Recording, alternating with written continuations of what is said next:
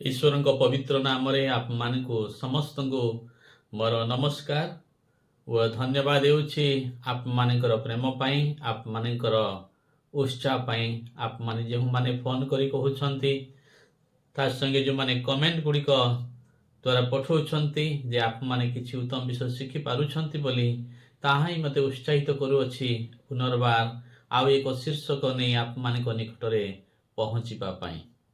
प्रिय श्रोता माने धन्यवाद देवा संगे संगे स्वागत जनाऊँगी आज शीर्षक मध्य को। आज शीर्षक होची ज्योति ज्योति लाइट। लाइट सहित आमाने समस्ते सुपरिचित अटु। लाइट केते उपकारी ता सहित मध्य आमाने सुपरिचित अटु। ज्योति बा लाइट आप मानक निमंते कौन सी भी एक नूतन विषय वस्तु नुहे, किंतु आज आम माने से लाइट को आउ एक भिन्न भाव शिखिबा जहाँकि आम मानक पई बहुत लाभजनक अटे। आज शिक्षा मध्य बहुत गुरुत्वपूर्ण अटे। यही लाइट आम जीवन सहित जड़ित अच्छी। आम जीवन सहित ताहा केबे मध्य दूरेई गले आम जीवन भी रहिबो नाही। तो आसतु आज जो शीर्षक अच्छी ज्योति बा लाइट आम ता विषय आउ किछि विषय शिखिबा जहाँकि आम जीवन पाई उपकार अटे बा आम जीवन पाई लाभदायक अटे। मु देखुथिली जे केतोटी विषय मु शिखुथिली जे एई पृथ्वी रे जो पृथ्वी रे आमाने वास करू अछु एई पृथ्वी रे प्राय 250 रु अधिक देश अछि। आउ प्रत्येक देशर गोटे गोटे विषय जो रही विशेषत्व जो रही ताहा वर्णना करी हेब नाही। आश्चर्यकर अटे।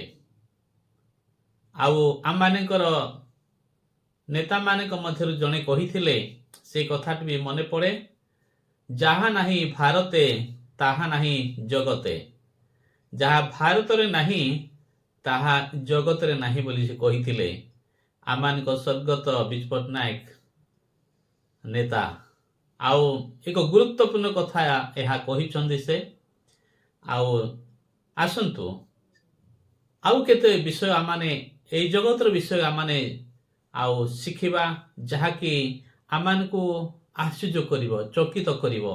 हाँ एमिति भी देश अछि कि बोली आमाने ओए तो आमाने प्रथम थर जदि जो माने शुणिबा से मान को आश्चर्य लागिवो।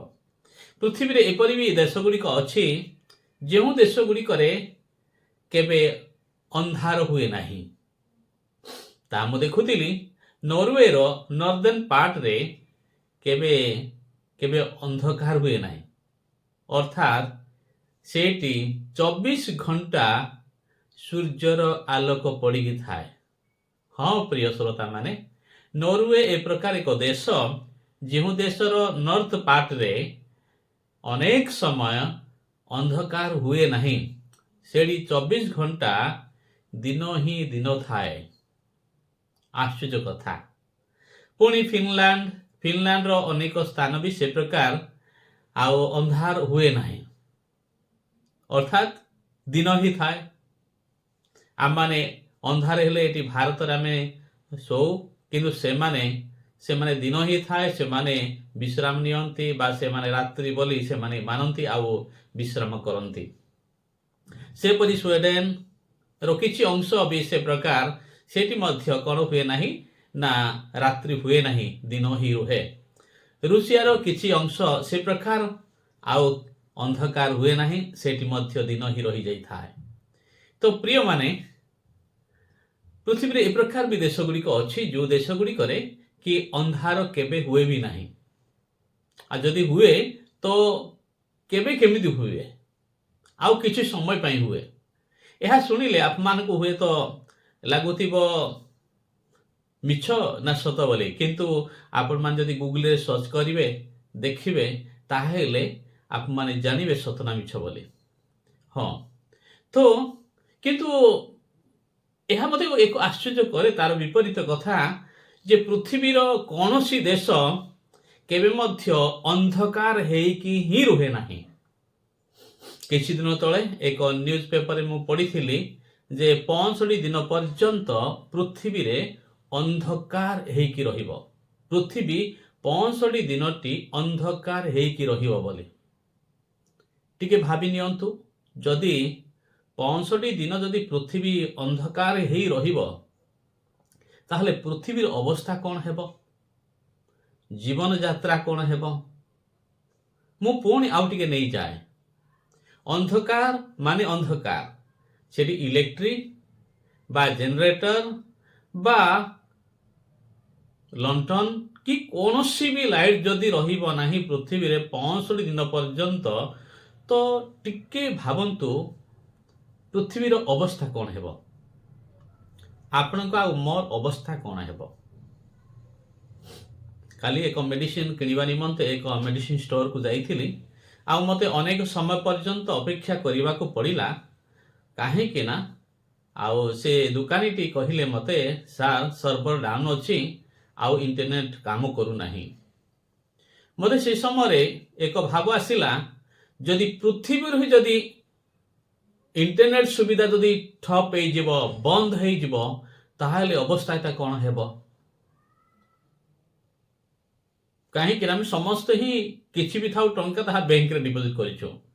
ଯଦି ଇଣ୍ଟରନେଟ୍ ୱାର୍ଲଡ ଯଦି କାମ କରିବ ନାହିଁ, ତାହେଲେ ଆପଣଙ୍କ ଟଙ୍କାଟି କେମିତି ଫେରସ୍ତ ପାଇବେ? ଏକ ଭୟଙ୍କର ବିଷୟ ଘଟିବ। ଆଉ ଦିନେ ଏହା ବି ଘଟିବ। ଏକ ଆଶ୍ଚର୍ଯ୍ୟ ବିଷୟ ନୁହେଁ କି? ଏକ ଚକିତ କଲା ପରି ବିଷୟ ନୁହେଁ କି? ଏକ ଭୟଭୀତ କଲା ପରି ବିଷୟ ନୁହେଁ କି? ଆଉ ସେ ସବ ଇଣ୍ଟରନେଟ୍ ଯଦି ୱାର୍ଲଡ ଯଦି ଚାଲିଛି ଆଜି ଲାଇଟ୍ ଯୋଗୁଁ। ଆପଣଙ୍କର ମୋବାଇଲ ଟାୱାର ଯୋଗୁଁ ଚାଲିଛି। ମୋବାଇଲ ଟାୱାର ଯଦି ଲାଇଟ୍ ଯଦି ଚାଲିଯାଏ, ମୋବାଇଲ ଟାୱାର କାମ କରିବ ନାହିଁ। ଏକ ଜୀବନ ନିମନ୍ତେ, ଏକ ବଞ୍ଚିବା ନିମନ୍ତେ ଲାଇଟ୍ ବହୁତ ଗୁରୁତ୍ୱପୂର୍ଣ୍ଣ ଅଟେ। ତ ପ୍ରିୟ ଶ୍ରୋତାମାନେ, ଆଉ କିଛି ଆସିଯାଉ, ଆଉ କିଛି ଭାବନା ମଧ୍ୟକୁ, ଆଉ କିଛି ବିଷୟବସ୍ତୁ ମଧ୍ୟ ଆମେ ପ୍ରବେଶ କରିବା। ଯଦି ଏମିତି ଏକ ଦେଶ ଯଦି ଥିବ, ଯେଉଁ ଦେଶରେ ଆପଣ ପାଇଁ ସୁନା ଥିବ, ରୂପା ଥିବ, ମାଣି ମତିକ ଯେତେ ବି ମୂଲ୍ୟବାନ ସମ୍ପତ୍ତି ସବୁ ଗୁଡ଼ିକ ଥିବ, ଇଭେନ୍ କି ଆପଣ ଖାଇବା ପାଇଁ, ପିଇବା ପାଇଁ ବିରିୟାନୀ, ମଟନ, ଚିକେନ ସବୁ କିଛି ଥିବ, କିନ୍ତୁ ଯଦି ସେ ଦେଶରେ ଆଲୁଅ ନଥିବ, ଆପଣ ସେ ଦେଶରେ ବଞ୍ଚିପାରିବେ କି? ଆପଣ ସେ ଦେଶରେ ବଞ୍ଚିପାରିବେ କି? ଯଦି ଆଲୁଅ ନଥିବ, ଆପଣଙ୍କ ଘରେ କିଛି ମୁହୂର୍ତ୍ତ ପାଇଁ ଯଦି କରେଣ୍ଟ ଚାଲିଯାଏ, ଆପଣ ହୁଏତ ଜେନେରେଟର ରଖିଛନ୍ତି ବା ଆଉ ଟର୍ଚ୍ଚ ଲାଇଟ୍ ରଖିଛନ୍ତି, ତାହା ବ୍ୟବହାର କରୁଛନ୍ତି। ଯଦି ମୁଁ ଏଇ ପ୍ରଶ୍ନଟି ପଚାରିବି ବା এই କଥାଟି ଆପଣଙ୍କ ସାମ୍ନା ରଖିବି, ସମ୍ପୂର୍ଣ୍ଣ ଲାଇଟ୍ ଯଦି ଆପଣଙ୍କ ଘରୁ ରାତିରେ ଚାଲିଯିବ, ଆପଣଙ୍କର ବଞ୍ଚିବା ଅବସ୍ଥା କ'ଣ ହେବ? ଆପଣ ବଞ୍ଚିପାରିବେ କି? ଆପଣ ଚଳିପାରିବେ କି ସେପରି? ବା ହଠାତ୍ ଯେପରି ମୁଁ ଆପଣଙ୍କୁ ଯେମିତି କହିଥିଲି, 65 ଦିନ ପୃଥିବୀ ଅନ୍ଧକାର ରହିବ ବା କୌଣସି ଲାଇଟ୍ ଯଦି ରହିବ ନାହିଁ, ମଣିଷର ବଞ୍ଚିବା ସମ୍ଭବପର ହେବ କି? ଆପଣ ନିଶ୍ଚୟ ଏ କଥା କହିବେ, ଲାଇଟ୍ ବିନା ମଣିଷ ବଞ୍ଚିପାରିବ ନାହିଁ। ଚାହେଁ ଧନ ସମ୍ପଦ ଆଉ ବି କିଛି ସବୁ ଥାଉ ନା କାହିଁକି, ଲାଇଟ୍ ବିନା ମଣିଷ ବଞ୍ଚିପାରିବ ନାହିଁ। There is no alternative of light. Light ବଦଳେ ଆପଣଙ୍କୁ ଯଦି କୌଣସି ଜିନିଷ ଦିଆଯିବ ଆଉ ଲାଇଟ୍ ଦିଆଯିବ ନାହିଁ, ତାହେଲେ ଆପଣ ବଞ୍ଚିପାରିବେ କି? ଉତ୍ତର ନିଶ୍ଚୟ ଏହା ହେବ, ଆପଣ ଲାଇଟ୍ ବିନା ବଞ୍ଚିପାରିବେ ନାହିଁ। କାହିଁକି ନା ସବୁକିଛି ଥିଲେ ମଧ୍ୟ ଯଦି ଲାଇଟ୍ ନାହିଁ ବା ଜ୍ୟୋତି ନାହିଁ ବା ଆଲୁଅ ନାହିଁ, ତାହେଲେ ମଣିଷ ବଞ୍ଚିବା ସମ୍ଭବପର ହେବ ନାହିଁ। ଭାବି ନିଅନ୍ତୁ, ଯଦି ହଠାତ୍ ସାରା ପୃଥିବୀ ଯଦି ଅନ୍ଧକାର ହେଇଯିବ, ଇଲେକ୍ଟ୍ରିକ୍ କିଛି ଲାଇଟ୍ ହିଁ ରହିବ ନାହିଁ, ତାହେଲେ ମଣିଷର ଜୀବନ ଅବସ୍ଥା କ'ଣ ହେବ? ମଣିଷ ବଞ୍ଚିପାରିବ କି? କେବେ ମଧ୍ୟ ବଞ୍ଚିପାରିବ ନାହିଁ। କେବେ ମଧ୍ୟ ବଞ୍ଚିପାରିବ ନାହିଁ। ପ୍ରିୟ ଶ୍ରୋତାମାନେ, ଲାଇଟ୍ର ପ୍ରତିବଦଳ ଆଉ କିଛି ବି ନାହିଁ। There is no any other alternative of light. There is no any other substitute of light. We have to need light. Without light, we cannot live in this world. ଜୀବନ ବିନା, ଲାଇଟ୍ ବିନା ଆମ ଜୀବନ ବଞ୍ଚିବା ସମ୍ଭବପର ନୁହେଁ। ସେ କୌଣସି ବି ଲାଇଟ୍ ହେଉ ନା କାହିଁକି, ସୂର୍ଯ୍ୟର ଲାଇଟ୍ ହେଉ କିମ୍ବା ଚନ୍ଦ୍ରର ଲାଇଟ୍ ହେଉ କି ତାରାମାନଙ୍କ ଲାଇଟ୍ ହେଉ କି ଆପଣଙ୍କ ଦିଆସିଲ ଲାଇଟ୍ ହେଉ କିମ୍ବା ଲଣ୍ଠନ ଲାଇଟ୍ ହେଉ, ଲାଇଟ୍ ବିନା ଆମମାନେ ଏ ପୃଥିବୀରେ ବଞ୍ଚି ପାରିବା ନାହିଁ। କେବଳ ଆପଣ ଆଉ ମୁଁ ନୁହେଁ, କିନ୍ତୁ ସାରା ଜୀବ ଜଗତ ଲାଇଟ୍ ବିନା ବଞ୍ଚି ପାରିବ ନାହିଁ। ଏକ ଗୁରୁତ୍ୱପୂର୍ଣ୍ଣ ବିଷୟ, ଯଦି ଜଗତର ଲାଇଟ୍ ବିନା ଯଦି ଜୀବଜଗତ ବଞ୍ଚି ପାରିବ ନାହିଁ, ତ ପ୍ରିୟମାନେ, ଆତ୍ମିକ ଲାଇଟ୍ ତାଠାରୁ ଅଧିକ ଗୁରୁତ୍ୱପୂର୍ଣ୍ଣ ଅଟେ। ଏହି ଜଗତକୁ ଜଣେ ଆସିଥିଲେ, ଯେ କି କହିଲେ କିଛି ଆସୁ ଆମମାନେ ସେ ବିଷୟଟି ପଢ଼ିବା। ତାହା ଧର୍ମଶାସ୍ତ୍ରରୁ ଯୋହନ ଲିଖିତ ସୁସମାଚାର, ତାହା ଧର୍ମଶାସ୍ତ୍ରର 8 ପର୍ବର ମୁଁ 12 ପଦଟି ପଢ଼ୁଅଛି। ଯୀଶୁ ପୁନର୍ବାର ଲୋକମାନଙ୍କୁ ଶିକ୍ଷା ଦେଇ କହିଲେ, ଯୀଶୁଙ୍କର ଶିକ୍ଷା ଏହା। ଯୀଶୁ ପୁନର୍ବାର ଲୋକମାନଙ୍କୁ ଶିକ୍ଷା ଦେଇ କହିଲେ, କ'ଣ କହିଲେ? ମୁଁ ଜଗତର ଜ୍ୟୋତି। ପ୍ରଭୁ ଯୀଶୁ ଜଗତରେ ଥିବା ସମୟରେ ଲୋକମାନଙ୍କୁ ଶିକ୍ଷା ଦେଉଥିଲେ। ଶିକ୍ଷା ଅର୍ଥାତ୍ ବୁଝିଲା ପରି ଶିକ୍ଷା। ସେ ଶିକ୍ଷା ଦେଉଥିଲେ, ଆଉ ତାଙ୍କ ଶିକ୍ଷାରେ ଏହା ଏକ ଗୁରୁତ୍ୱପୂର୍ଣ୍ଣ ଶିକ୍ଷା ଥିଲା। ଯେପରି ଲାଇଟ୍ ବିନା ଆମମାନେ ଏହି ଜଗତରେ ବଞ୍ଚି ପାରିବା ନାହିଁ, ବା ଲାଇଟ୍ର ପ୍ରତିବଦଳ ଆଉ କିଛି ବି ନାହିଁ। ଆପଣଙ୍କୁ ପ୍ରତିବଦଳ କହିବାର ଅର୍ଥ ହେଉଛି ଏହା, ଆପଣଙ୍କୁ ଯଦି ଭୋକ ଲାଗୁଛି, ଯଦି ଆପଣ ଭାତ ପାଇବେନି ତ ରୁଟି ବି ଖାଇପାରିବେ। ରୁଟି ଖାଇକି ବି ଆପଣଙ୍କ ଭୋକଟାକୁ ମେଣ୍ଟେଇ ପାରିବେ, ବା ଯଦି ରୁଟି ବି ନାହିଁ ତ ଫଳମୂଳ ଖାଇକି ବି ଆପଣଙ୍କ ଭୋକଟାକୁ ମେଣ୍ଟେଇ ପାରିବେ। କିନ୍ତୁ ଲାଇଟ୍ ହିଁ ଦରକାର। ଲାଇଟ୍ ବଦଳେ ଆଉ କୌଣସି ଜିନିଷ ଆପଣଙ୍କୁ ଦେଲେ ତାହା ହେଇପାରିବ ନାହିଁ, ଆପଣ ବଞ୍ଚି ପାରିବେ ନାହିଁ। ସେଥିପାଇଁ ମୁଁ କହିଲି ବିକଳ୍ପ ବା ପ୍ରତିବଦଳ ବା ଅଲ୍ଟରନେଟିଭ ବା substitute. There is no substitute of light, there is no substitute of light, there is no alternative of light. ବା ଲାଇଟ୍ର ବିକଳ୍ପ କିଛି ବି ନାହିଁ, ଲାଇଟ୍ ହିଁ ଆପଣଙ୍କୁ ଦରକାର। ତ ଏଇଠି ପ୍ରଭୁ ଯୀଶୁ କହୁଛନ୍ତି କ'ଣ? ମୁଁ ଜଗତର ଜ୍ୟୋତି ବୋଲି କହୁଛନ୍ତି। I am the light of this world ବୋଲି କହୁଛନ୍ତି। ମୁଁ ହେଉଛି ଜଗତର ଜ୍ୟୋତି। ଆମମାନେ ଯେଉଁ ଜଗତ ଲାଇଟ୍ ଅନୁସାରେ କଥା ହେଉଥିଲୁ, କିନ୍ତୁ ଏବେ ଆତ୍ମିକ ଲାଇଟ୍ ମଧ୍ୟକୁ ଆମେ ଆସିଯାଉ। ଜଗତ ଲାଇଟ୍ରୁ ଏକ ଆତ୍ମିକ ଲାଇଟ୍ ମଧ୍ୟକୁ ଆମମାନେ ଆସିଯାଉ। ଆପଣଙ୍କର ବୁଦ୍ଧି ଓ ଜ୍ଞାନ ଓ ସୂକ୍ଷ୍ମ ବିଚାରକୁ ମୁଁ ଆପଣଙ୍କ ନିକଟରେ ଅନୁରୋଧ କରୁଛି। ମୁଁ କହୁଥିବା କଥା ଗୁଡ଼ିକ ମୋର ନୁହେଁ, ଏହା ଯୀଶୁଙ୍କର ଶିକ୍ଷା ମଧ୍ୟରୁ ଏକ ଶିକ୍ଷା ଅଟେ। ତାହାକୁ ଧ୍ୟାନର ସହିତ ଶୁଣନ୍ତୁ, ବିବେଚନା କରନ୍ତୁ, ତାପରେ ଯଦି ଉପଯୁକ୍ତ ଲାଗେ ତାହେଲେ ଆପଣଙ୍କ ଜୀବନରେ ଲାଗୁ କରନ୍ତୁ। ପ୍ରଭୁ ଯୀଶୁ କହିଲେ, ମୁଁ ହେଉଛି ଜଗତର ଜ୍ୟୋତି। ସେ ନିଜେ ଆପଣଙ୍କୁ କନଫ୍ୟୁଜ କରିବା ପାଇଁ ଚାହୁଁନାହାନ୍ତି, ବା କୌଣସି ବ୍ୟକ୍ତି କନଫ୍ୟୁଜ କରିବା ପାଇଁ ଚାହୁଁନାହାନ୍ତି। ସେ କହୁଛନ୍ତି, ମୁଁ ହେଉଛି ଜଗତର Jyoti. I am the light of this world. ଆତ୍ମିକ ଭାବରେ ଲାଇଟ୍ କହିଲେ କ'ଣ?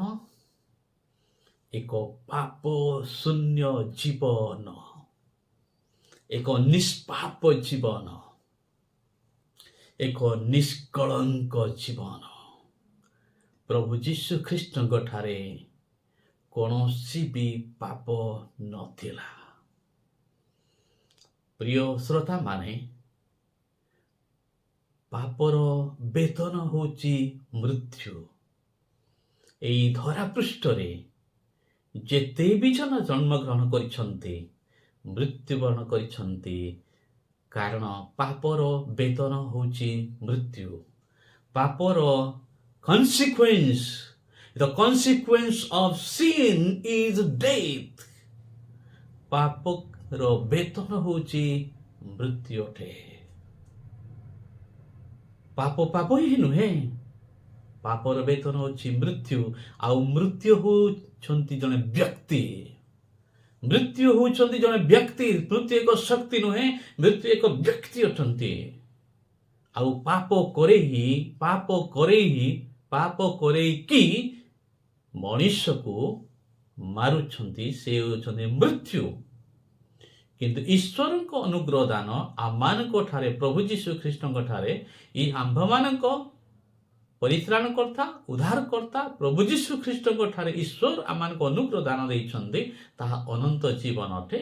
ସେଇ ଯୀଶୁ ଖ୍ରୀଷ୍ଟ ହିଁ କେବଳ ମୃତ୍ୟୁକୁ ଜୟ କରି ଉଠିଅଛନ୍ତି। ତାହା ବାଇବେଲ ଭିତରେ ସୀମିତ ନୁହେଁ ପ୍ରିୟମାନେ। ଆପଣ ୱାର୍ଲଡ ହିଷ୍ଟ୍ରିକୁ ଯଦି ପଢ଼ିବେ, ଆଉ ସେ ଜାଗାରେ ମଧ୍ୟ ଆପଣମାନେ ପାଇବେ ୱାର୍ଲଡ ହିଷ୍ଟ୍ରି ଆଉ ଡିକ୍ଲାର କରୁଛି, ବିସି ଆଉ ଏଡିରୁ ଡିକ୍ଲାର କରୁଛି, ଯୀଶୁ ଖ୍ରୀଷ୍ଟଙ୍କ ଜନ୍ମ ହେବା ଦ୍ୱାରା ପୃଥିବୀର ଇତିହାସ ଦ୍ୱିଭାଗ ହେଇଯାଇଥିଲା। ଆଉ ଜଣଙ୍କ ଜୀବନକୁ ଯେତେବେଳେ ପ୍ରଭୁ ଯୀଶୁ ଚାଲିଯାଆନ୍ତି, ତାଙ୍କ ଜୀବନ ମଧ୍ୟ ଦ୍ୱିଭାଗ ହେଇଯାଏ। ଏଥିପାଇଁ ଈଶ୍ୱରଙ୍କ ବାକ୍ୟ କୁହେ, ଏଣୁ କେହି ଯଦି ଖ୍ରୀଷ୍ଟଙ୍କ ଠାରେ ଅଛି, ତେବେ ସେ ନୂତନ ସୃଷ୍ଟି ହୋଇଅଛି। ପୁରାତନ ବିଷୟ ସବୁ ଚାଲିଯାଇଛି, ଆଉ ଦେଖ ନୂତନ ବିଷୟ ସବୁ ହେଇଅଛି। ଅନ୍ଧକାର ଜୀବନ ମଧ୍ୟରେ ଯେତେବେଳେ ଆଲୁଅ ଯାଆନ୍ତି, ଆଲୁଅ ହେଉଛନ୍ତି ପ୍ରଭୁ ଯୀଶୁ। ସେ କହନ୍ତି, ମୁଁ ହେଉଛି ଜଗତର ଜ୍ୟୋତି। ଆଉ ଯେତେବେଳେ ଜଣଙ୍କ ଜୀବନକୁ ଚାଲି ଯାଆନ୍ତି, ଆଉ ସେତେବେଳେ ସେ ଜୀବନକୁ ଆଲୁଅମୟ କରିଦିଅନ୍ତି, ସବୁକିଛି ବଦଳାଇ ଦିଅନ୍ତି। ପ୍ରିୟ ପ୍ରଭୁଙ୍କର ଲୋକମାନେ, ପ୍ରିୟ ଶ୍ରୋତାମାନେ, ଏକ ଗୁରୁତ୍ୱପୂର୍ଣ୍ଣ ବିଷୟ ଅଟେ।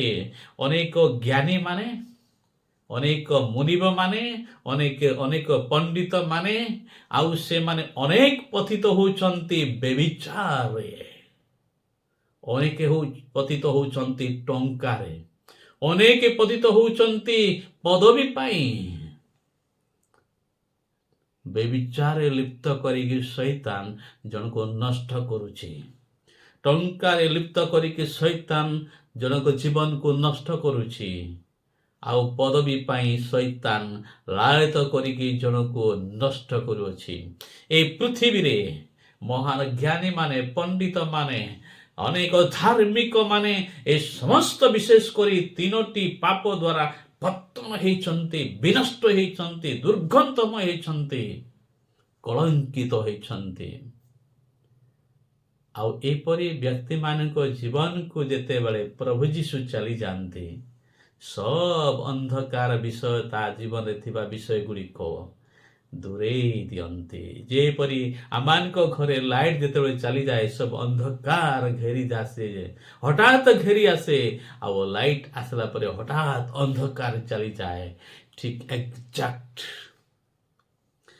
ଏକ ବିଶ୍ୱାସୀ ଜୀବନରେ, ଏକ ପ୍ରଭୁ ଯୀଶୁ ଖ୍ରୀଷ୍ଟଙ୍କୁ ଗ୍ରହଣ କରୁଥିବା ବ୍ୟକ୍ତିଙ୍କ ଜୀବନରେ ଅନ୍ଧକାର ପୂର୍ବରେ ଥାଏ, କିନ୍ତୁ ଯୀଶୁ ଗ୍ରହଣ କଲା ପରେ ସେ ଅନ୍ଧକାର ବିଷୟ ସବୁ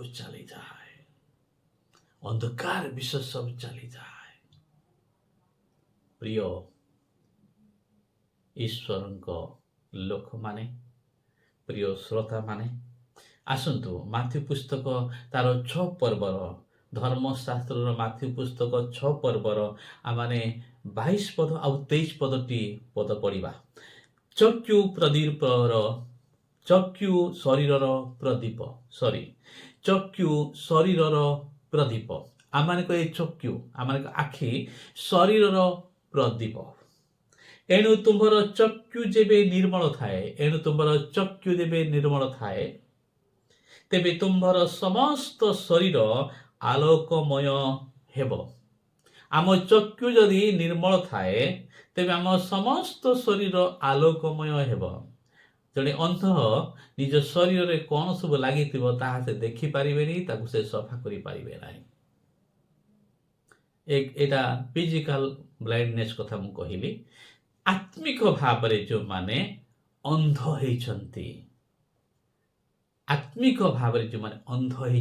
ଅର୍ଥାତ୍ ଏହି ଚକ୍ଷୁ ଦ୍ୱାରା କେବଳ ଖରାପ ଜିନିଷ ଗୁଡ଼ିକ ଦେଖନ୍ତି। ଗୋଟେ ସ୍ତ୍ରୀକୁ ଦେଖିଲେ ତା ସହିତ ବ୍ୟଭିଚାର କରିବା ପାଇଁ ଆକର୍ଷିତ ହୁଅନ୍ତି। ଏପରି ଏକ ବ୍ୟକ୍ତିଙ୍କୁ ମୁଁ ଦେଖିଥିଲି ମୋ ଜୀବନରେ ଥରେ। ତାଙ୍କ ସହିତ ଆଉ ଆଲୋଚନା କଲାବେଳେ ସେ ଖୋଲାଖୋଲି ଭାବରେ କହୁଥିଲେ ସେ ଜଣେ ଧାର୍ମିକ ବ୍ୟକ୍ତି, କିନ୍ତୁ ଗୋଟେ ଏ ପ୍ରକାର ଏକ ବ୍ୟକ୍ତି ଥିଲେ ଯେ ଗୋଟେ ସ୍ତ୍ରୀର ପାଦକୁ ଦେଖିଲେ ମଧ୍ୟ ସେ ବ୍ୟଭିଚାର କରିବା ପାଇଁ ଆଉ ଆକ୍ରାନ୍ତ ହେଉଥିଲେ। ସେଥିପାଇଁ ସେ ଅନେକ ବ୍ୟଭିଚାର କର୍ମରେ ଲିପ୍ତ ଥିଲେ, ଏକ ଉଚ୍ଚ ପଦବୀରେ ଥିଲେ। ଲାଷ୍ଟରେ ତାଙ୍କୁ ସେ ଚାକିରିରୁ ମଧ୍ୟ ବହିଷ୍କାର କରାଗଲା, କାରଣ ତାଙ୍କ ଚକ୍ଷୁ ଅନ୍ଧକାର ଥିଲା। ସେଥିପାଇଁ ତାଙ୍କ ଶରୀର ସବୁ ଅନ୍ଧକାରମୟ ଥିଲା। ଆପଣ ବୁଝିପାରୁଛନ୍ତି ମୋର କହିବାର କଥା। 23 ପଦ, କିନ୍ତୁ ତୁମର ଚକ୍ଷୁ ଯେବେ ଦୂଷିତ ହୁଏ ତେବେ ତୁମର ସମସ୍ତ ଶରୀର ଅନ୍ଧକାରମୟ ହୁଏ। ଚକ୍ଷୁ ଯେତେବେଳେ ଦୂଷିତ ହୁଏ ସମସ୍ତ ଶରୀର ଅନ୍ଧକାରମୟ ହୁଏ। ତୁମ ଅନ୍ତରସ୍ଥ ଜ୍ୟୋତି ଯେବେ ଅନ୍ଧକାର ହୁଏ, ଅତଏବ ତୁମ ଅନ୍ତରସ୍ଥ ଜ୍ୟୋତି ଯେବେ ଅନ୍ଧକାର ହୁଏ, ଅନ୍ତରରେ ଥିବା ଜ୍ୟୋତି ଯଦି ଆମେ ଅନ୍ଧକାର ହୋଇଯାଏ, ଆମ ଅନ୍ତରରେ ଥିବା ଜ୍ୟୋତି ଯଦି ଅନ୍ଧକାର ହୁଏ ତେବେ ସେହି ଅନ୍ଧକାର କେଡ଼େ ଘୋରତର। ଆମ ଅନ୍ତରରେ ଥିବା ଯେତେବେଳେ ଜ୍ୟୋତି ଅନ୍ଧକାର ହୁଏ, ଅନେକଙ୍କ ହୃଦୟର ଅନ୍ତରର ଜ୍ୟୋତି ନୁହେଁ କି ଅନ୍ଧକାର ହେଇଯାଇଛି। ଅନେକଙ୍କ ଜୀବନର ଅନ୍ତର ଜ୍ୟୋତି ଅନ୍ଧକାର ହେଇଯାଇଛି। କେମିତି ଅନ୍ଧକାର ହେଇଯାଇଛି? ଆସନ୍ତୁ ଆଉ କିଛି ପଦ ଆମମାନେ ପଢ଼ିବା ତ ଆମମାନେ ବୁଝିପାରିବା। ସେମାନେ ଆପଣମାନଙ୍କଠାରେ ଥିବା ଅଜ୍ଞାନତା ହେତୁ, ଏହା ଧର୍ମଶାସ୍ତ୍ର ଏଫେସୀୟ 4 ପର୍ବର 18 ପଦ ମୁଁ ପଢ଼ୁଅଛି। ସେମାନେ ଆପଣମାନଙ୍କଠାରେ ଥିବା ଅଜ୍ଞାନତା ହେତୁ, ନିଜ ନିଜ ହୃଦୟର ଜଡ଼ତା ହେତୁ ଆପଣା ବୁଦ୍ଧିରେ ଅନ୍ଧକାରଚ୍ଛନ୍ନ, ପୁଣି ଈଶ୍ୱରଙ୍କ ଜୀବନରୁ ଉଚ୍ଛିନ୍ନ ହୋଇଅଛନ୍ତି। ଅନେକେ କ'ଣ ହେଇଛନ୍ତି? ସେମାନେ କ'ଣ ଆପଣା ଅଜ୍ଞାନତା ହେତୁ, ନିଜର ଅଜ୍ଞାନତା ହେତୁ କ'ଣ ହେଇଛନ୍ତି? ନିଜ ହୃଦୟର ଜଡ଼ତା, ଅନେକେ ଅଜ୍ଞାନ ହେଇଛନ୍ତି ଓ ଅନେକଙ୍କ ହୃଦୟ ଜଡ଼ ହେଇଯାଇଛି। ଜଡ଼ ଜଣଙ୍କ ଦୁଃଖକୁ ଦେଖିଲେ ସେମାନଙ୍କୁ କିଛି ଲାଗିବ ନାହିଁ, ଅନ୍ୟର କାନ୍ଦକୁ ଦେଖିଲେ ସେମାନଙ୍କୁ କିଛି ଲାଗିବ ନାହିଁ। ଆପଣ ସମାଜରେ ଦେଖୁଥିବେ, ରେପ୍ କରୁଥିବା ସମୟରେ କ'ଣ ଗୋଟେ ସ୍ତ୍ରୀ ଲୋକ ଚିତ୍କାର କରେ ନାହିଁ କି? ରେପ୍ କରୁ ଗ୍ୟାଙ୍ଗ ରେପ୍ କରୁ ଅନେକେ ତାକୁ ମାରି ବି ଦିଅନ୍ତି। କେମିତି, କି ପ୍ରକାର? ନାଇଁ, ସେମାନଙ୍କ ହୃଦୟ ଜଡ଼ ହେଇଛି। ସେମାନଙ୍କ ହୃଦୟ ଅନ୍ଧକାରଚ୍ଛନ୍ନ ହେଇଛି। ତାଙ୍କ ଶରୀରର ଖୁସି ପାଇଁ ସେମାନେ ଜଣଙ୍କର ଜୀବନ ନେବା ପାଇଁ ମଧ୍ୟ ପଛଘୁଞ୍ଚା ହେଉନାହାନ୍ତି। କି ପ୍ରକାର ଅନ୍ଧକାରଚ୍ଛନ୍ନକୁ ଏହାକୁ ଭଲ କି ବୁଝି ନିଅନ୍ତୁ। ଆପଣ ପରି ମୋ ପରି ମଣିଷ ଯେତେବେଳେ ଅଜ୍ଞାନ ହେଇଯାନ୍ତି, ଅର୍ଥାତ୍ ମୂର୍ଖ ହେଇଯାନ୍ତି, ଆଉ ନିଜ ହୃଦୟ ଯେତେବେଳେ ଜଡ଼ ହେଇଯାଏ, ସେମାନଙ୍କର ଯେତେବେଳେ ବୁଦ୍ଧି ଆଉ ଜ୍ଞାନ କାମ କରେନି, ସେମାନଙ୍କର ବିବେକ ଯେତେବେଳେ କାମ କରେନି, କଳୁଷିତ ହୁଏ, ଆଉ ସେମାନେ ନିଜ ବୁଦ୍ଧିରେ ଅନ୍ଧକାରଚ୍ଛନ୍ନ ହେଇଯାଆନ୍ତି। ସେମାନଙ୍କ ବୁଦ୍ଧି, ସେମାନଙ୍କ ଜ୍ଞାନ ଅନ୍ଧକାରଚ୍ଛନ୍ନ ହେଇଯାଏ। ଆଉ ବୁଦ୍ଧି ସେମାନଙ୍କୁ କାମ କରେନି, ଜ୍ଞାନ ସେମାନଙ୍କୁ କାମ କରେନି, ବୁଦ୍ଧି ଜ୍ଞାନ ସେ ଅନ୍ଧକାରଚ୍ଛନ୍ନ ହେଇଯାଏ ବା ଅନ୍ଧକାରରେ ଢାଙ୍କି ହେଇଯାଏ। ଆଉ ସେତେବେଳେ ସମସ୍ତ କୁକର୍ମ କରନ୍ତି, ସମସ୍ତ ମନ୍ଦ କର୍ମ କରନ୍ତି। ପୁଅ ବାପା ବିରୁଦ୍ଧରେ ଯାଏ। କିଛି ଦିନ ତଳେ ଦେଖିଲୁ ଗୋଟେ ବ୍ୟକ୍ତି, ଗୋଟେ ପୁଅ ନିଜ ବାପାକୁ ହାଣିଲା ବାଇକ୍ ପାଇଁ, ନିଜ ସାନ ଭାଇକୁ ବି ହାଣିବି କହିଲା ବାଇକ୍ ପାଇଁ। ସେମାନଙ୍କର ବୁଦ୍ଧି, ସେମାନଙ୍କର ଜ୍ଞାନ ଅନ୍ଧକାରଚ୍ଛନ୍ନ ହେଇଛି। ଭାଇ ଭାଇକି ପଚାରୁ ନାହିଁ, କାହିଁକି? ଗୋଟିଏ ପେଟରୁ ଜନ୍ମ ହେଇଥିଲେ, ସେମାନଙ୍କ ହୃଦୟ ଅନ୍ଧକାରଚ୍ଛନ୍ନ ହୋଇଛି। ବାପା ମା ପିଲାମାନଙ୍କୁ ପଚାରୁ ନାହାନ୍ତି, କାହିଁକି? ସେମାନଙ୍କର ଜୀବନ ଅନ୍ଧକାରଚ୍ଛନ୍ନ ହେଇଛି। ପିଲାମାନେ ବାପା ମାଙ୍କୁ ପଚାରୁ ନାହାନ୍ତି, କାହିଁକି? ସେମାନଙ୍କ ହୃଦୟ ଅନ୍ଧକାରଚ୍ଛନ୍ନ ହେଇଛି। ସ୍ୱାମୀ ସ୍ତ୍ରୀ ପରସ୍ପରକୁ ପଚାରୁ ନାହାନ୍ତି, କାହିଁକି? ଗୋଟିଏ କାରଣ, ସେମାନଙ୍କର ହୃଦୟ ଅନ୍ଧକାରଚ୍ଛନ୍ନ ହେଇଛି, ଜଡ଼ ହେଇଛି ସେମାନଙ୍କର ହୃଦୟ। ଜଣେ କାନ୍ଦିଲେ ବି ସେମାନଙ୍କୁ କାନ୍ଦ ଶୁଭାଯିବନି। ସେମାନେ କାନ୍ଦରେ କାନ୍ଦୁଛି ବୋଲିକି ସାନ୍ତ୍ୱନା ଦେବେ ନାହିଁ, କାହିଁକି? ତାଙ୍କ ହୃଦୟରେ କିଛି ଲାଗିବ ନାହିଁ। ଆଉ ଏ ଅନ୍ଧକାରଚ୍ଛନ୍ନ କିଏ କରାଏ? ନା ଶୈତାନର କାର୍ଯ୍ୟ ଏସବୁ ଅଟେ। ସେଥିପାଇଁ ୟା ପୂର୍ବରୁ ମାନେ ସେ ପଦଟି ପଢ଼ିଥିଲୁ, ଯଦି ଅନ୍ତଃକରଣର ଜ୍ୟୋତି ଯଦି ଅନ୍ଧକାରଚ୍ଛନ୍ନ ହୁଏ, ତାହେଲେ ସେ ଅନ୍ଧକାର କେତେ ଘୋରତର ଅଟେ। ଏପରି ବ୍ୟକ୍ତିମାନଙ୍କ ଜୀବନକୁ ଯେତେବେଳେ ଈଶ୍ୱରଙ୍କର ଅନୁଗ୍ରହ ଆସେ, ଏହିପରି ବ୍ୟକ୍ତିମାନଙ୍କ ଜୀବନକୁ ଯେତେବେଳେ ଈଶ୍ୱରଙ୍କର ଆଶୀର୍ବାଦ ଆସେ, ଆଉ ଈଶ୍ୱର ସେମାନଙ୍କୁ ଯଦି ଦୟା କରନ୍ତି ଆଉ ନିଜର ଲାଇଟ୍ ସେମାନଙ୍କ ଉପରେ ପ୍ରକାଶ କରନ୍ତି, ଈଶ୍ୱର ନିଜର ଲାଇଟ୍ ଯେତେବେଳେ ସେମାନଙ୍କ ପାଖରେ ପ୍ରକାଶ କରନ୍ତି, ପ୍ରିୟ ଶ୍ରୋତା ମାନେ, ପବିତ୍ର ଧର୍ମଶାସ୍ତ୍ରର ପ୍ରତ୍ୟେକ ବାକ୍ୟ ଆଲୁଅ ପରି କାର୍ଯ୍ୟ କରେ। ଅର୍ଥାତ୍ ପବିତ୍ର ଧର୍ମଶାସ୍ତ୍ର କୁହେ, ମିଛ କହିବା ପାପ ଅଟେ, ମିଥ୍ୟା ସାକ୍ଷ୍ୟ ଦେବା ପାପ ଅଟେ, ବ୍ୟଭିଚାର କରିବା ପାପ ଅଟେ, ଗୋଟେ ସ୍ତ୍ରୀକୁ ଖରାପ ଦୃଷ୍ଟିରେ ଦେଖିବା ପାପ ଅଟେ, ନିଜ ବାପା ମାଙ୍କୁ ଅସମ୍ମାନ କରିବା ପାପ ଅଟେ, ନିଜ ପରିବାର ଥିବା ପ୍ରତ୍ୟେକ ଜଣଙ୍କୁ ସ୍ନେହ ଆଦର ଓ ଯତ୍ନ କରିବା ଉତ୍ତମ ଅଟେ। ତାର ବିପରୀତ ନିଜ ପରିବାରକୁ ନ ଦେଖିବା, ଯତ୍ନ ନ ନେବା ପାପ ଅଟେ। ଚୋରି କରିବା ପାପ ଅଟେ, ବ୍ୟଭିଚାର କରିବା ପାପ ଅଟେ, ମଦ ପିଇବା ପାପ ଅଟେ, ଜଣକୁ ହତ୍ୟା କରିବା ପାପ ଅଟେ। ଏହି ଶିକ୍ଷା ବାଇବଲ ଦିଏ। ଏହି ଶିକ୍ଷା ପ୍ରଭୁ ଯୀଶୁ ଖ୍ରୀଷ୍ଟଙ୍କର ଅଟେ। ଆଉ ଏହି ଶିକ୍ଷା ଅନ୍ଧକାରକୁ ଦୂର କରିବା ଶିକ୍ଷା ଅଟେ। ସେଥିପାଇଁ ପ୍ରଭୁ ଯୀଶୁ କହିଲେ, ମୁଁ ହେଉଛି ଜଗତର ଜ୍ୟୋତି। ଈଶ୍ୱରଙ୍କର, ପ୍ରଭୁ ଯୀଶୁ ଖ୍ରୀଷ୍ଟଙ୍କର ଶିକ୍ଷା ଆଲୋକ ପ୍ରକାଶ କରେ। ପ୍ରଭୁ ଯୀଶୁ ଖ୍ରୀଷ୍ଟଙ୍କର ଶିକ୍ଷା ଏକ ପାପୀକୁ ପରିବର୍ତ୍ତନ କରେ। ପ୍ରଭୁ ଯୀଶୁ ଖ୍ରୀଷ୍ଟଙ୍କର ଶିକ୍ଷା ଜଣେ ଅଧାର୍ମିକକୁ ଧାର୍ମିକ କରାଏ। ପ୍ରଭୁ ଯୀଶୁ ଖ୍ରୀଷ୍ଟଙ୍କର ଶିକ୍ଷା ଗୋଟେ ମଦୁଆକୁ ଭଲ କରେ। ପ୍ରଭୁ ଯୀଶୁ ଖ୍ରୀଷ୍ଟଙ୍କର ଶିକ୍ଷା ଗୋଟେ ପାପୀ, ବ୍ୟଭିଚାରୀକୁ, ମନ୍ଦ କାର୍ଯ୍ୟରେ ଥିବା ଲିପ୍ତ ବ୍ୟକ୍ତିଙ୍କ ଜୀବନକୁ ସେ ଶିକ୍ଷା ବଦଳି ଦିଏ। ସେଥିପାଇଁ ପ୍ରଭୁ ଯୀଶୁ ଖ୍ରୀଷ୍ଟ ଏହି ଜଗତର ଇସ୍ରାଏଲ ଦେଶରେ ଜନ୍ମଗ୍ରହଣ କରିଥିଲେ। ଏକ ଛୋଟ ଦେଶ ଅଟେ। ଆଜି ସେଇ ପ୍ରଭୁ ଯୀଶୁ ଖ୍ରୀଷ୍ଟଙ୍କର ଶିକ୍ଷା ସାରା ପୃଥିବୀରେ ତାଙ୍କ ଅନୁସରଣକାରୀମାନେ ଅଧିକ ଅଟନ୍ତି। ଆମେରିକା ଲୋକମାନେ ଖ୍ରୀଷ୍ଟାନ ନଥିଲେ, ବ୍ରିଟେନ ଲୋକମାନେ ଖ୍ରୀଷ୍ଟାନ ନଥିଲେ। ଆଜି ପୃଥିବୀର ସବୁଠାରୁ ଅଧିକ ଲୋକମାନେ ପ୍ରଭୁ ଯୀଶୁ ଖ୍ରୀଷ୍ଟଙ୍କର ଅନୁସରଣ କରୁଛନ୍ତି। ଏଥିପାଇଁ ନା ପ୍ରଭୁ ଯୀଶୁ ଖ୍ରୀଷ୍ଟ କଥା ଦେଇଛନ୍ତି। ସେ ପ୍ରଥମରେ କହିଲେ, ମୁଁ ହେଉଛି ଜଗତର ଜ୍ୟୋତି। ଦ୍ୱିତୀୟରେ କହିଲେ, ଯିଏ ତାଙ୍କ ଅନୁସରଣ କରେ ସେ କ'ଣ କରିବେ? ନା କେବେ ମଧ୍ୟ ଅନ୍ଧକାରରେ ଭ୍ରମଣ କରିବେ ନାହିଁ। ତ ଆସନ୍ତୁ ପଢ଼ିବା ସେ ପଦ ଆଉ ଯୋହନ ଲିଖିତ ସୁସମାଚାର ଧର୍ମଶାସ୍ତ୍ର ଯୋହନ ଲିଖିତ ସୁସମାଚାର ତାର 8 ପର୍ବର 12 ପଦ। ଯୀଶୁ ପୁନର୍ବାର ଲୋକମାନଙ୍କୁ ଶିକ୍ଷା ଦେଇ କହିଲେ, ମୁଁ ଜଗତର ଜ୍ୟୋତି, ଯେ ମୋହର ଅନୁଗମନ କରେ ସେ କେବେ ହିଁ ଅନ୍ଧକାରରେ ଭ୍ରମଣ କରିବ ନାହିଁ, କେବେ ହିଁ ଅନ୍ଧକାରରେ ଭ୍ରମଣ କରିବ ନାହିଁ, ବରଂ ଜୀବନର ଜ୍ୟୋତି ପାଇବ।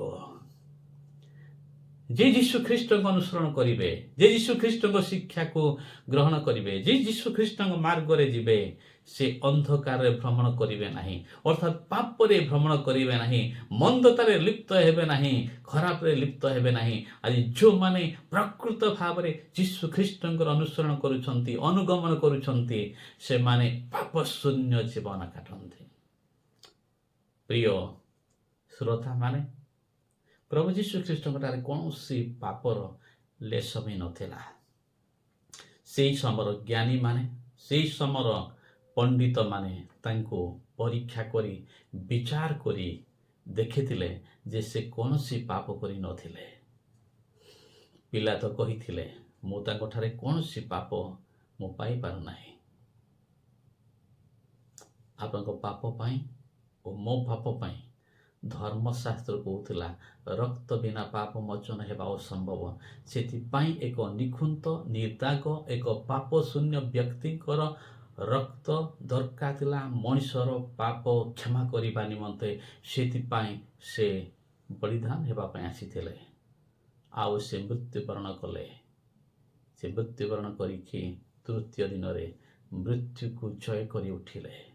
କାରଣ ମୃତ୍ୟୁ ତାଙ୍କୁ ଅଟକେଇ ରଖିପାରିବ ଏପରି ମୃତ୍ୟୁର କ୍ଷମତା ନଥିଲା। ସେ ତୃତୀୟ ଦିନରେ ଉଠିଲେ ଆଉ ସେ ପୂର୍ବରୁ କହିଥିଲେ, ମୁଁ ହେଉଛି ପୁନରୁତ୍ଥାନ ଓ ଜୀବନ, ଯେ ମୋ ଠାରେ ବିଶ୍ୱାସ କରେ ସେ ଯଥାପି ମରେ ତଥାପି ସେ ବଞ୍ଚିବ। ସେଥିପାଇଁ ସେ ମୃତ୍ୟୁକୁ ଜୟ କରି ଉଠିଛନ୍ତି। ପ୍ରିୟ ଶ୍ରୋତାମାନେ, ପ୍ରଭୁ ଯୀଶୁ ଚାହୁଁନାହାନ୍ତି କୌଣସି ବ୍ୟକ୍ତି ଅନ୍ଧକାରରେ ଭ୍ରମଣ କରୁ। ଅନ୍ଧକାର କୋଉଠି ଥିବ ଜାଣିଛନ୍ତି? ସ୍ୱର୍ଗରେ ଆଲୋ ହିଁ ଆଲୋ ଅଛି। ସ୍ୱର୍ଗରେ ସୂର୍ଯ୍ୟ କି ଚନ୍ଦ୍ରର ଆବଶ୍ୟକତା ନାହିଁ।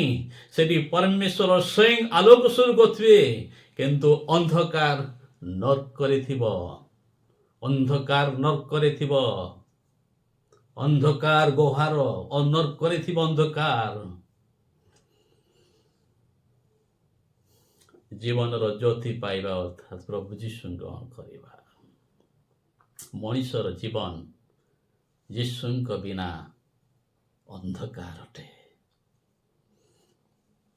ପୃଥିବୀରୁ ଯଦି ଆଲୁଅ ଚାଲିଗଲେ ଯେମିତି ବ୍ୟତିବ୍ୟସ୍ତ ହେବା ଆମମାନେ, ଠିକ୍ ସେପରି ଅନେକ ପ୍ରଭୁ ଯୀଶୁ ଖ୍ରୀଷ୍ଟଙ୍କ ବିନା ପାପରେ ଉବୁଟୁବୁ ହେଇ ଜୀବନ କାଟୁଛନ୍ତି। ଜାଣିପାରୁନାହାନ୍ତି କୋଉଟା ଭଲ କୋଉଟା ମନ୍ଦ ବୋଲି। ସେଥିପାଇଁ ମଣିଷ ମଣିଷକୁ ମାରିବା ପାଇଁ ପଛଘୁଞ୍ଚାଉନାହାନ୍ତି। ସ୍ୱାମୀ ସ୍ତ୍ରୀକୁ ମାରିବା ପାଇଁ ପଛଘୁଞ୍ଚାଉନାହାନ୍ତି। ସ୍ତ୍ରୀ ସ୍ୱାମୀକୁ ମାରିବା ପାଇଁ ପଛଘୁଞ୍ଚାଉନାହିଁ। ବାପା ମା ପିଲାମାନଙ୍କୁ ହତ୍ୟା କରିବା ପାଇଁ ପଛଘୁଞ୍ଚାଉନାହାନ୍ତି। ପିଲାମାନେ ବାପା ମାଙ୍କୁ ହତ୍ୟା କରିବା ପାଇଁ ପଛଘୁଞ୍ଚାଉନାହାନ୍ତି। ଏହି ତ ଅନ୍ଧକାର କାର୍ଯ୍ୟ। ଓ ଅନେକ ଧାର୍ମିକ ମାନେ ପଣ୍ଡିତ ମାନେ ଆଜି ମନ୍ଦତାରେ ଲିପ୍ତ, କାରଣ ବ୍ୟଭିଚାରରେ ଲିପ୍ତ। ଏଥିପାଇଁ କି ଅନ୍ଧକାରରେ ସେମାନେ ଅଛନ୍ତି। ବୁଝିପାରୁନାହାନ୍ତି, ଜାଣିପାରନ୍ତି। କାହିଁକି ବୁଝିପାରୁନାହାନ୍ତି, ଜାଣିପାରନ୍ତି? କାହିଁକି ନା ସେମାନଙ୍କ ହୃଦୟ ଅନ୍ଧକାରଚ୍ଛନ୍ନ ହେଇଛି। ସେମାନଙ୍କ ବୁଦ୍ଧି ଆଉ ଜ୍ଞାନ ଅନ୍ଧକାରଚ୍ଛନ୍ନ ହେଇଛି। ଆଉ ସେମାନେ ଜୀବନରୁ ପତିତ ହୋଇଛନ୍ତି। ଯେଉଁମାନେ ପାପ କର୍ମ କରନ୍ତି ସେମାନେ ଜୀବନରୁ ପତିତ ହୁଅନ୍ତି। ଜୀବନରୁ ପତିତ ହେବା ଅର୍ଥାତ୍ ନର୍କକୁ ଯିବା। ପ୍ରିୟ ଶ୍ରୋତାମାନେ, ବାଇବଲ ଯୀଶୁଖ୍ରୀଷ୍ଟଙ୍କର ଶିକ୍ଷା ଅଟେ। ବାଇବଲ କେବେ ମଧ୍ୟ ପାପ କରିବା ପାଇଁ ଉତ୍ସାହ କରେ ନାହିଁ। ବାଇବଲ କେବେ ମଧ୍ୟ ପାପ କରିବା ପାଇଁ ଉତ୍ସାହିତ କରେ ନାହିଁ। ପାପ କର ବୋଲି ଶିକ୍ଷା ଦିଏ ନାହିଁ। ବାଇବଲ ଶତ୍ରୁକୁ ପ୍ରେମ କର ବୋଲି ଶିକ୍ଷା ଦିଏ। ସେଥିପାଇଁ ପ୍ରଭୁ ଯୀଶୁ କହିଲେ, ମୁଁ ହେଉଛି ଜଗତର ଜ୍ୟୋତି। ଯେ ମୋହର ଅନୁସରଣ କରେ